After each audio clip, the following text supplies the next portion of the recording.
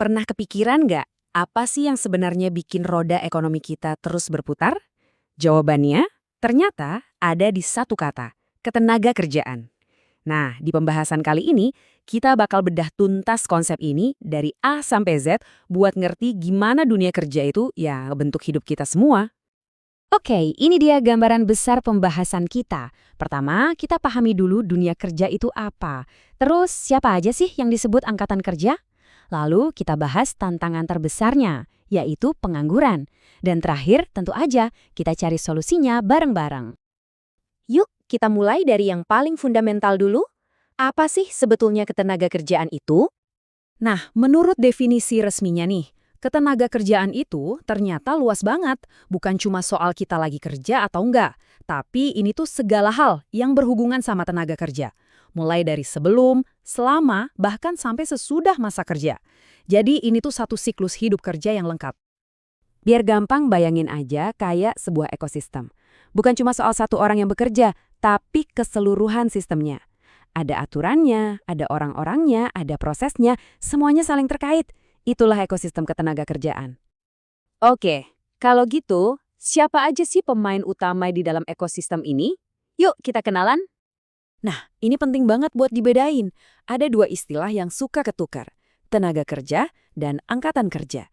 Tenaga kerja itu, ya semua orang yang secara fisik dan mental bisa kerja. Ini soal potensi. Sedangkan angkatan kerja, ini lebih spesifik. Mereka adalah orang-orang yang aktif terlibat di pasar kerja, entah itu udah bekerja atau lagi getol nyari kerja. Jadi ini soal partisipasi. Ini juga ngejawab pertanyaan, kenapa nggak semua orang yang nggak punya pekerjaan dihitung sebagai pengangguran? Contohnya ya, pelajar, ibu rumah tangga, atau para pensiunan. Mereka ini dianggap di luar angkatan kerja. Kenapa? Karena mereka nggak secara aktif mencari pekerjaan saat ini. Di dalam angkatan kerja itu sendiri, keahliannya macam-macam. Bisa kita bagi jadi 3 nih. Ada yang terdidik, yang butuh sekolah tinggi kayak dokter atau insinyur.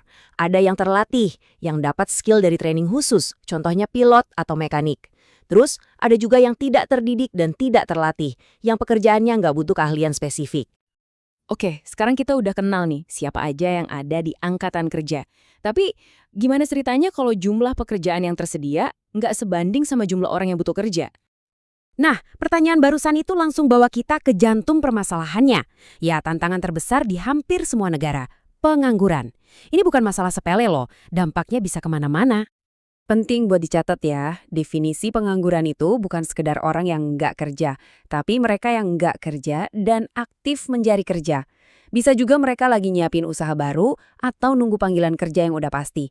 Kata kuncinya sekali lagi adalah aktif. Tapi ternyata pengangguran itu nggak cuma satu jenis, ada macam-macam loh. Kenapa penting buat tahu bedanya? Soalnya beda jenis, beda juga cara nanganinnya. Kita mulai dari yang pertama, pengangguran friksional. Ini tuh sebenarnya normal banget. Ibaratnya ini masa jeda pas orang pindah dari satu kerjaan ke kerjaan lain yang lebih bagus. Jadi ini sifatnya sementara dan justru bisa jadi tanda kalau ekonomi lagi sehat dan dinamis. Nah, yang ini lebih rumit. Pengangguran struktural. Ini terjadi karena ada mismatch, kesenjangan, antara skill yang dimiliki pekerja sama skill yang dicari perusahaan. Biasanya ini kejadian pas ada perubahan besar di industri, misalnya karena teknologi baru. Lanjut, ada pengangguran siklis atau konjungtur. Sesuai namanya, ini ngikutin siklus ekonomi. Kalau ekonomi lagi lesu atau resesi, banyak perusahaan yang terpaksa kurangin karyawan.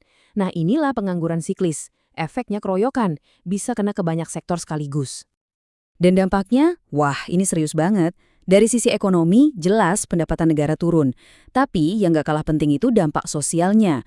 Orang bisa kehilangan rasa percaya diri, stres, bahkan bisa memicu masalah sosial yang lebih besar. Jadi ini bukan cuma soal statistik, ini soal nasib orang banyak. Oke, masalahnya udah jelas. Terus solusinya gimana? Nah, sekarang kita masuk ke bagian terakhir, kita akan coba lihat gimana cara-cara untuk mengatasi tantangan ini. Buat ngatasin masalah serumit ini, nggak bisa cuma pakai satu jurus. Harus keroyokan. Perlu strategi dari banyak sisi. Mulai dari buka lapangan kerja baru, perbaiki kualitas pendidikan, kasih pelatihan yang relevan, dukung usaha-usaha kecil, sampai mempermudah orang buat kerja di luar negeri. Dan kuncinya adalah solusinya harus pas sasaran. Nggak bisa asal tembak. Contohnya, Buat pengangguran struktural yang masalahnya skill, ya solusinya kasih pelatihan ulang. Buat yang siklis karena ekonomi lesu, ya pemerintah perlu kasih stimulus biar ekonomi gerak lagi. Intinya, obatnya harus sesuai sama penyakitnya. Jadi, kesimpulannya apa? Gini, pasar tenaga kerja yang sehat itu kayak kursi berkaki 3. Butuh keseimbangan antara pertumbuhan ekonomi, pendidikan yang nyambung sama kebutuhan zaman, dan kebijakan pemerintah yang cerdas. Satu kaki aja goyang, semuanya bisa rubuh. Ada kutipan bagus nih. Kalau kamu nggak melangkah maju, kamu akan tetap di tempat yang sama. Ini berlaku buat kita semua loh. Buat kita sebagai individu. Artinya, harus mau terus belajar. Buat negara, artinya harus terus berinovasi bikin kebijakan yang lebih baik. Intinya, kita semua harus terus bergerak. Nah, sebagai penutup, saya mau lempar satu pertanyaan buat Anda. Dunia kerja itu nggak pernah berhenti berubah kan?